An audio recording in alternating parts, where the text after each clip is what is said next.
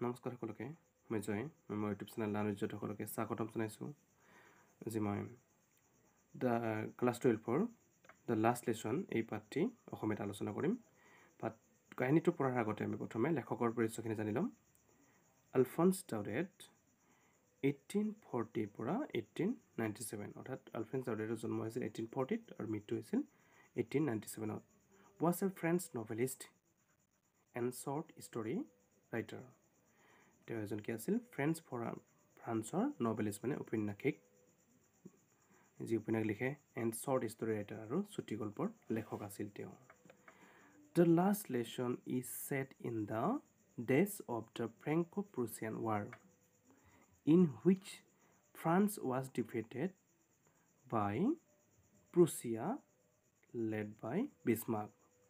এই last lesson অধ্যায়টি ফ্ৰেংকো-প্ৰুছিয়ান যুদ্ধৰ আধাৰত যিখন যুদ্ধত বিছমাৰ্কৰ নেতৃত্বত প্ৰুছিয়ানসকলে ফ্ৰান্সক পৰাজিত কৰিছিল Prussia then consisted of what now are the nations of Germany Poland and parts of Austria Prussia সেই সময়ত বৰ্তমানৰ জাৰ্মানী পোলেণ্ড আৰু অষ্ট্ৰিয়াৰ এটা অংশলৈ গঠিত আছিল ইন দিছ ষ্টৰী এই গল্পটোত দ্য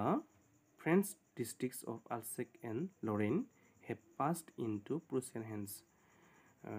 এই গল্পটোত ফ্ৰান্সৰ দুখন জিলা কি আলছেক এণ্ড লৰেইন জিলা দুখন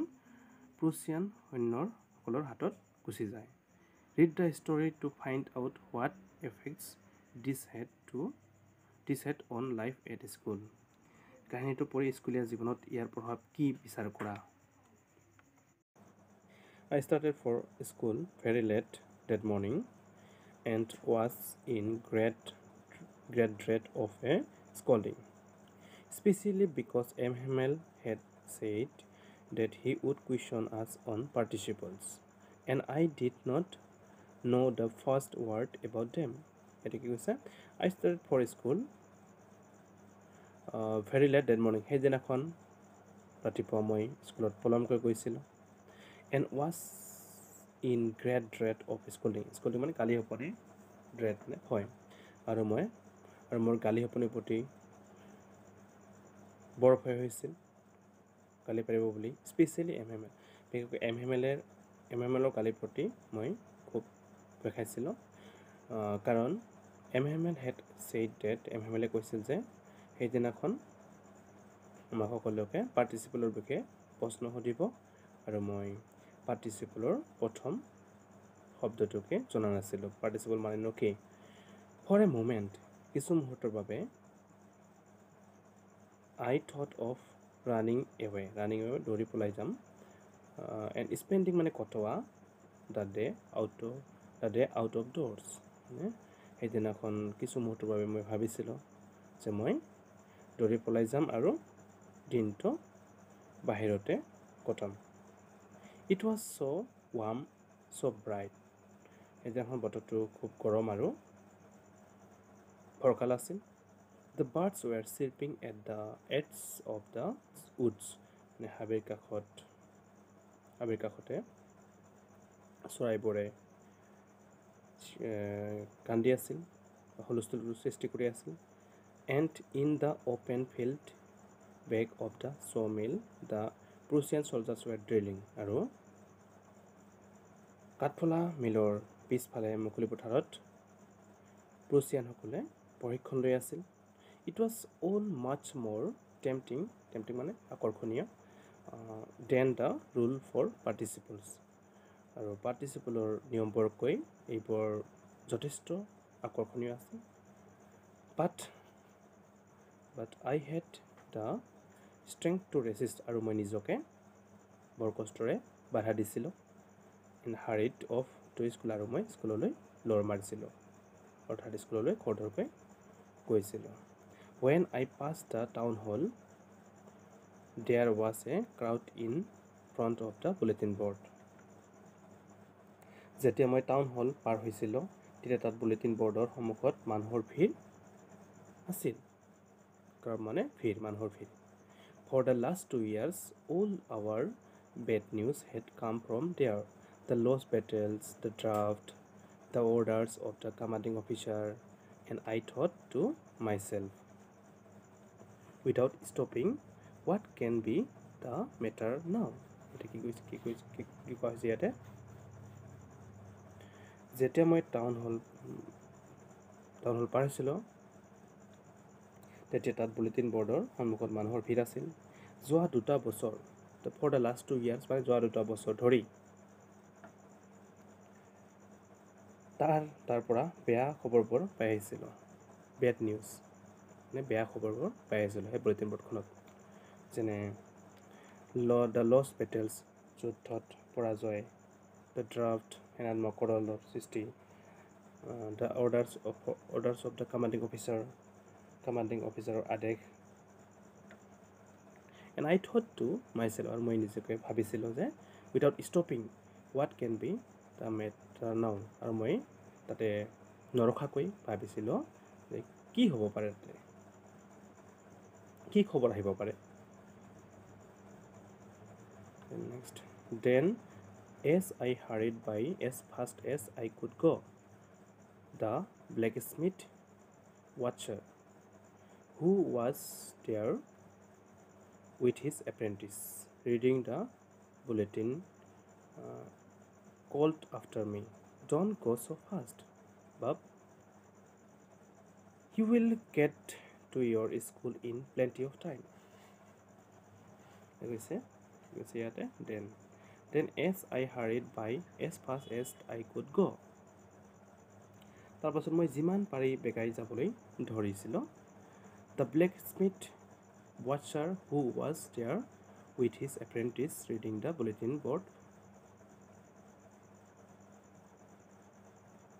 তাত নিজৰ শিষ্যসকলক লৈ বুলেটিন পঢ়ি থকা কুমাৰজনৰ নাম কি আছিল ৱাটচাৰ মনত ৰাখিব লাগিব এইটো ৱাটচাৰ নামৰ কুমাৰজনে মোৰ ফালে চাই কৈছিল Don't go so fast, Bob. You will get to your school in plenty of time. ইমান খৰধৰকৈ যাব নালাগে তুমি তোমাৰ স্কুললৈ যাবৰ বাবে যথেষ্ট সময় পাবা I thought he was making fun of me and reached M. Hammel's little garden all out of bread. মই ভাবিছিলোঁ যে তেওঁ মোক তাচ্ছিল্য বা ঠাট্টা কৰিছে আৰু মই এম হেমেলৰ বাগিচাত ফপাই উপস্থিত হৈছিলোঁ একে উকাহতে বা তৎক্ষণাত উপস্থিত হৈছিলোঁ Usually when school began there was a great bustle সাধাৰণতে যেতিয়া স্কুল আৰম্ভ হয় তেতিয়া বৰ হুলস্থুলৰ সৃষ্টি হয় which could be heard out in the street যিটো ৰাস্তাৰ পৰা সুন্দৰকৈ শুনা পোৱা যায় the opening and closing desk বেঞ্চবিলাকত টনা জৰা কৰা খোলা বন্ধ কৰা lessons repeated in unison পাঠবিলাক সকলোৱে একেলগে গোৱা very loud জোৰকে with our hands over our ears to understand it better আৰু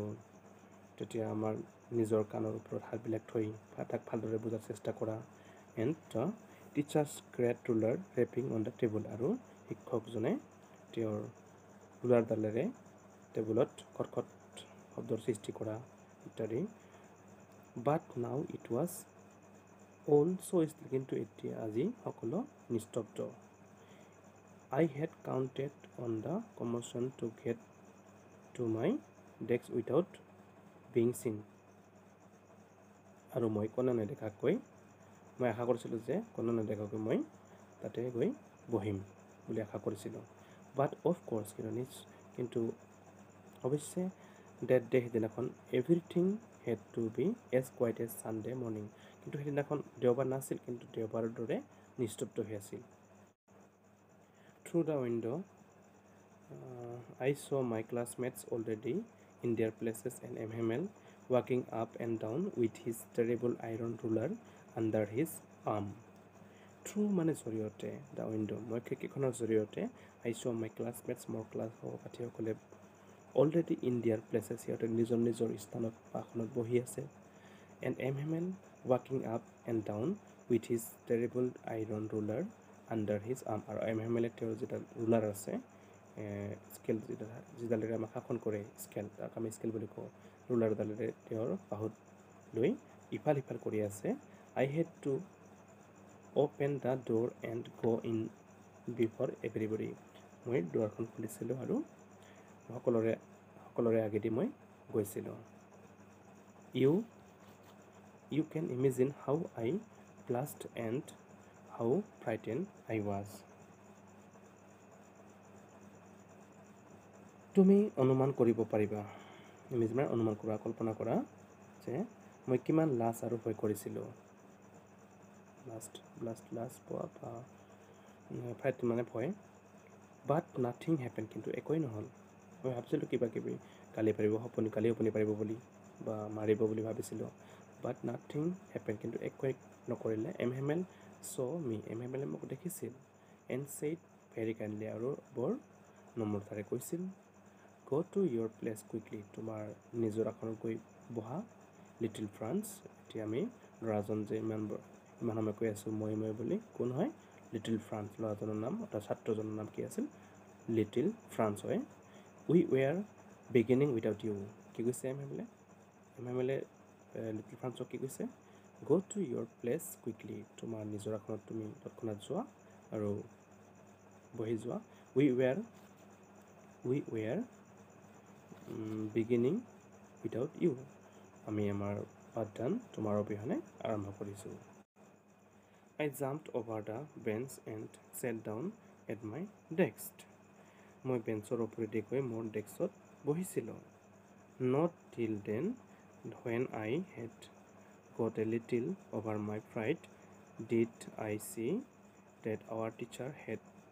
on his beautiful green coat his frilled shirt and the little black silk cap all embroidered that he never wore except on inspection and prize days. Not till then when I had got a little over my pride. মোৰ ভয় ভাৱ কিছু পৰিমাণে দূৰ হোৱাৰ পাছত মই দেখিছিলোঁ যে আমাৰ শিক্ষকজনে our teacher had on his beautiful green coat আৰু তেওঁৰ কি পিন্ধি আছে গ্ৰীণ কোটখন সেউজীয়া ৰঙৰ কোট চোলাখন his frilled shirt তেওঁৰ চাৰ্টখন frilled shirt and the little black silk cap আৰু তেওঁৰ সৰু চিল্কৰ টুপিটো ক'লা ৰঙৰ টুপিটো all embroidered সকলোবোৰ কি কৰা আছিল embroidered কৰা আছিল that he never wore যিবিলাক সাজ পোছাক বা যিযোৰ সাজ পোছাক তেওঁ except মানে বাহিৰে on inspection and prize days নাইবা স্কুল পৰিদৰ্শনৰ দিনৰ বাহিৰে তেওঁ কেতিয়াও পৰিধান কৰা নাছিল বা পিন্ধা নাছিল besides the whole school seemed so strange and solemn ইয়াৰ উপৰি গোটেই স্কুলখন সেইদিনাখন আচৰিত ধৰণে নীৰৱ হৈছিল but the thing that surprised me most কিন্তু সেই কথাটোৱে মোক অতি আচৰিত কৰি তুলিছিল যে কি আছিল কথাটো was to see দেখিবলৈ পাই খুব আচৰিত হৈছোঁ মই on the back benches that were always empty যিবিলাক পিছৰ বেঞ্চ সেইবিলাক সদায় খালী হৈ থাকে the village people sitting quietly মানে নীৰৱে মানে the village people sitting quietly like ourselves আৰু গাঁৱৰ মানুহবোৰে নীৰৱে আমাৰ দৰে নীৰৱে বহি আছিল তাৰ ভিতৰত old Hauser with his three-cornered head বৃদ্ধ Hauser আৰু তেওঁৰ তিনিকণীয়া টুপিটো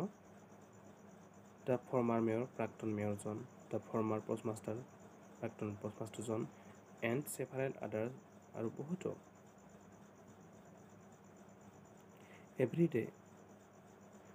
everybody looked sad প্ৰত্যেকক কি দেখা গৈছিল সকলোকে দুখিত যেন দেখা গৈছিল and Hauser had brought an old primer thumped at the edge and he held it open on his knees with his great spectacles lying across the pages. ইয়াতে কৈছে হল্ট হাউচাৰে পিট হাউচাৰে তেওঁৰ আৰ্টৰ ওপৰত এখন পুৰণা কিতাপ লৈছিল আৰু তেওঁৰ ডাঙৰ চচৰ মাজৰ তেওঁৰ কিতাপৰ ওপৰত থৈছিল। আজিলৈ মানে